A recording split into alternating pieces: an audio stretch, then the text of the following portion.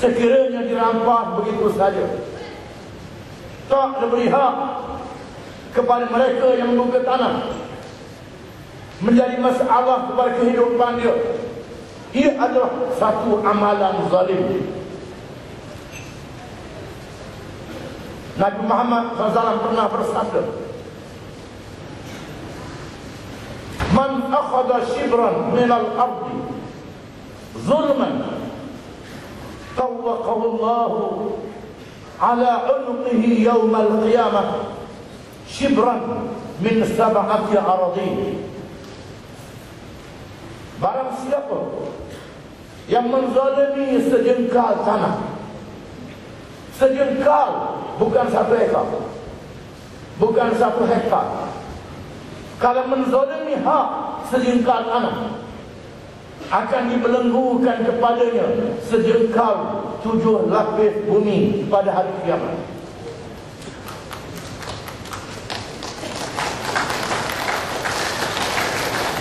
Fas yang berpengalaman memerintah Kelantan, memerintah Terengganu, memerintah Perak hanya setahun, memerintah negeri Kedah. Pengalaman saya di Terengganu, dalam masa 1 penggal memerintah Terengganu, kita bertemu dengan rakyat yang meneroka tanah sejak 80 tahun. Tahun 1920, tahun 99, 80 tahun meneroka tanah. Tak diberi milik. Ada yang dirampas. Peserta ketua Pelda yang meneroka tanah Pelda 20 tahun. Mereka menjadi pekerja dan hamba kepada tanah. Tak diberi milik. Kaum Cina, Tionghoa, diletakkan di kampung baru zaman darurat komunis. Komunis sudah tidak ada. Mereka tinggal di situ 40 tahun. Orang yang pertama sudah mati, ada yang kedua sudah mati. Tak diberi milik. Mereka menipu musim pilihan raya. Bagi borang janji lepas pilihan raya, tak bagi. Tiap-tiap kali pilihan raya. Kaum India di SP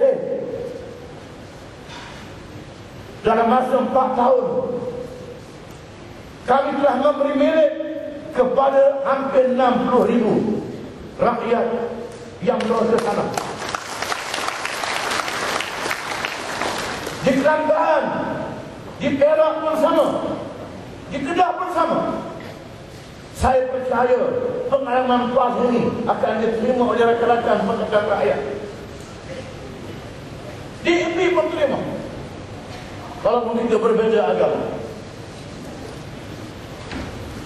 Di sana ada perbezaan halal haram, tapi perbezaan hidup sebagai seorang manusia itu sama. Kita bekerja sama di atas persamaan ini dalam konsep federalisme.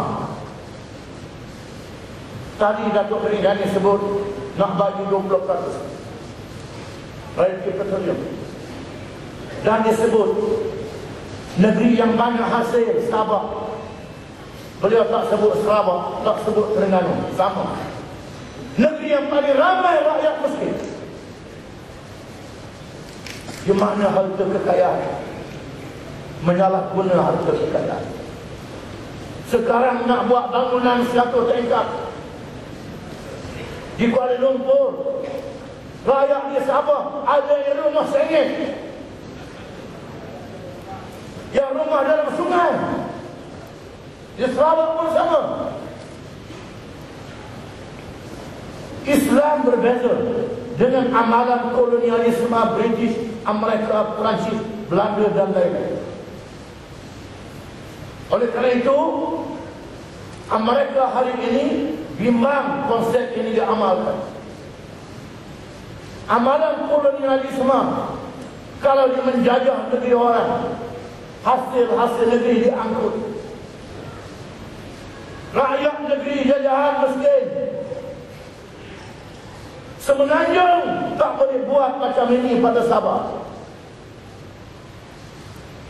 Kalau tak ada Sabah, tak ada Malaysia. Tak ada Sarawak, tak ada Malaysia. Tak ada Semenanjung, tak ada Malaysia. Malaysia adalah kumpulan semua. Dalam amalan federalisme mengikut Islam. Bila Islam menjatuhkan kuasa besar Parsi dan Rom. Mengapa jajahan Parsi dan Rom menerima pemerintahan Islam selama 1300 tahun? Kerana adil. Kita tidak boleh memindah zakat yang dipungut di mana-mana negeri selagi tak dibahagikan kepada rakyat negeri itu. Kita tidak boleh memunggah hasil negeri Sabah sewenang-wenang, bukan 20%. Selagi tak selesaikan kemiskinan di Sabah, selagi tak selesai infrastruktur di Sabah, tak selesai di Sarawak, selesaikan hak rakyat ini dulu. Baru boleh kita tentu berapa 20% boleh. Tetapi yang wajib mesti ditunaikan keperluan rakyat negeri yang punya hasil ini. Ini konsep federalisme yang diamalkan oleh Islam. Akan memaksa Parti Keadilan dan DAP menerima konsep ini. Tapi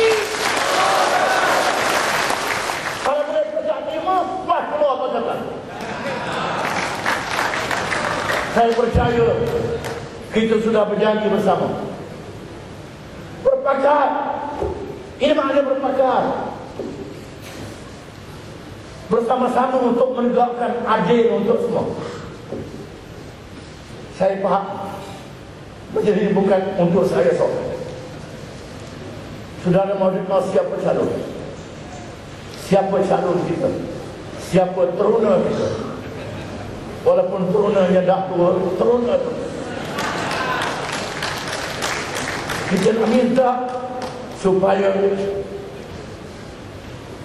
pengundi Batu Saki memberi kepercayaan kepada Pakatan Rakyat. Dengan itu saya berundur untuk berdoa kepada Datuk Seri Ibrahim. Sekian, terima kasih. Wassalamualaikum warahmatullahi wabarakatuh.